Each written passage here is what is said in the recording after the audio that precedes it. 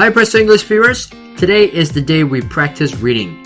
We have compiled reading practice for part 1 and part 2 in this video. I want you to do your best to answer the questions. Think of it like you're taking the actual test. Be mindful of how much time you need to answer them. So we make this video to give you a chance to practice and be ready for your next CELPIP exam. And in our next video, we will feature part 3 and part 4. So stay tuned for the second part of this reading practice. For part 1 and 2, you will have about 20 minutes in total. And let's start with part 1.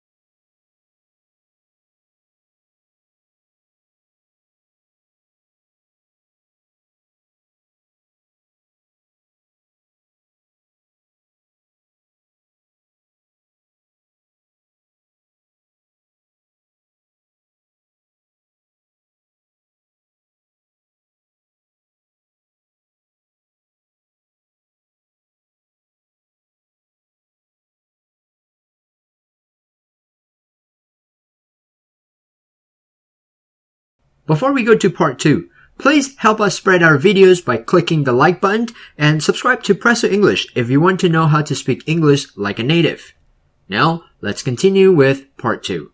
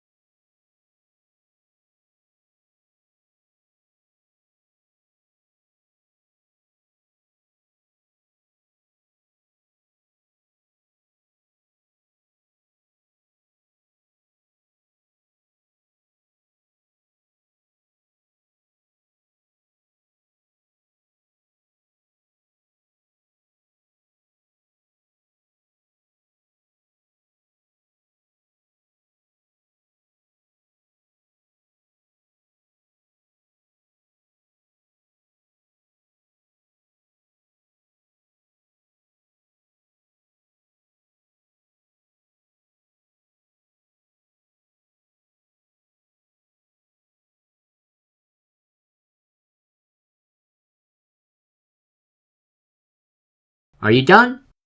Let's check out the answers. Part 1, number 1. Mark wrote the letter to request a sales support.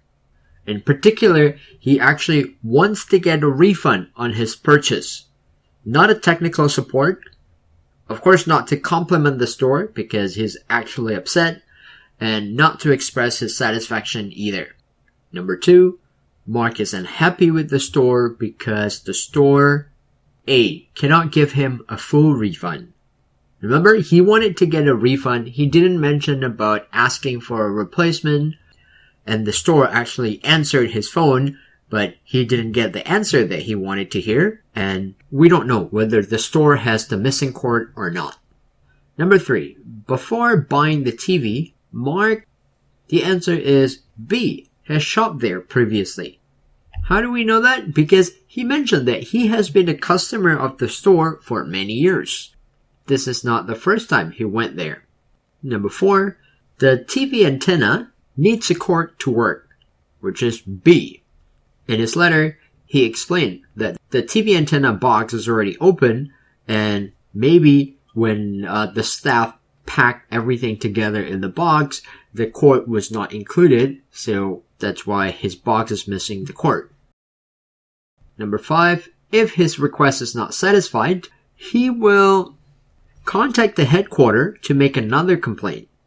That is C. In addition to that, he also mentioned that he would also contact the Customer Protection Bureau. He made no mention of not shopping there anymore or posting his experience on social media. So these two are not the answer, and from the letter, we know that he's not about to give up. He will try his best to get his money back. Number 6, Mark took the TV home without any suspicion because D, he saw the box was sealed. You know, most people, when they see a box that is sealed, they assume it's brand new and there will be no damage because it came right from the factory, and the factory must have inspected the units before it's being packed. Okay, so those are the answers for 1 to 6. Now let's go to the second section, question 7 to 11. Questions come from the email reply that the store wrote to Mark. Question 7. Thank you for your email to notify us of the issue you've been experiencing with your B return. Note that he didn't have a problem during the purchase. So he purchased the items he wanted and he brought them home. But he had a problem when he wanted to return the TV that is damaged. Number 8. I agree that your recent experience is unjustifiable, which is C. Maybe it is rare, it doesn't happen every day, but that's not the point. The manager wants to say that this is not acceptable, this is unjustifiable. Now, number 9, I followed up with our sales representatives at the store and given him the instruction to A, issue a full refund. Mark didn't want to cancel the order. If I say I want to cancel the order, that means right now the order is probably still in process, and I want them to stop the process, cancel it, and forget that I am trying to buy that particular item. He wasn't asking for a replacement, and of course the instruction is not to charge the customer the restocking fee. That's completely the opposite of what Mark wanted. Question 10. It is obvious from this incident that our sales staff need B, adequate training. So right now, maybe the staff members are not properly trained. That's why one of them gave such a response to Mark that didn't meet the company's standards. So they seem to need more training to help them perform their duties properly. And the last question, number 11. We apologize for your inconvenience and we'll look forward to D, doing business with you again. So the manager is trying to save the relationship. He wants Mark to come back and shop at the store again. So that is D. Part 2, number 1. I almost couldn't believe what I saw. You have gained so much weight, which is option B. The poster is about bad eating habits. So we can safely assume that because of Trish's bad eating habits, she has gained so much weight. And the rest of the letter also supports that statement. Number 2, she told me that you've been very busy with school and extracurricular activities that you haven't been eating properly, which is A. The poster is giving advice on how to beat bad eating habits. Not about exercising, not about studying much, not about visiting her parents either. She's been too busy, she hasn't been watching how she eats. Number 3, I know you love your chips, but next time you're munching on your chips, maybe try to A. Put them in a bowl.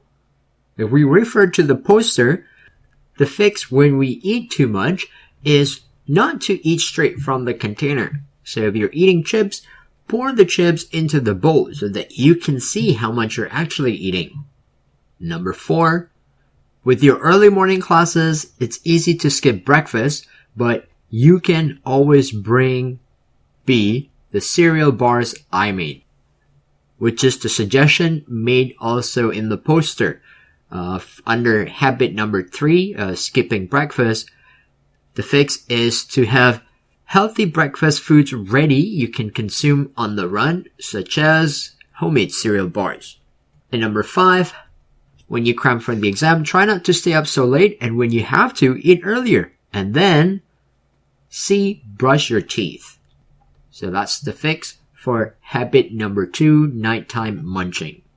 The second section gives you 3 questions, and the questions come from the letter of the email that you just read. What's the relationship between Trish and the writer? I hope you guys all can see that they're mother and daughter. They're not friends, not siblings, not teacher and student. A few hints. The mother said, your dad and I. So that's one sign. Maybe another one is the closing at the end. She said, I love you. Or the fact that she's talking about her school. In the last paragraph, she said, I want you to do well in school, but I don't want you to sacrifice your health. So that sounds like something that a mother would say to the daughter. Or a father could say that too. But we know that in the beginning, she said, your dad and I. So most likely the writer is the mother. One other thing is that she made a mention of a time when Trish visited home. So we can imply that the writer is probably a family member too. Number 2, what is the writer most concerned about? She's probably concerned about several different things, but what concerned her the most is Trish's health, which is D. She made no mention of Trish's school grade. Sure, she's also worried about Trish eating too much chips, but that's not like the root of her concern.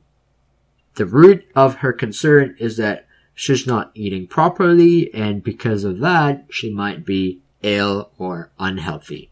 And the last one, why did the writer contact Trisha's roommate? We know that the mother is concerned about her daughter's well-being. That is why she contacted the roommate. It's B, she wanted to know how Trisha's doing.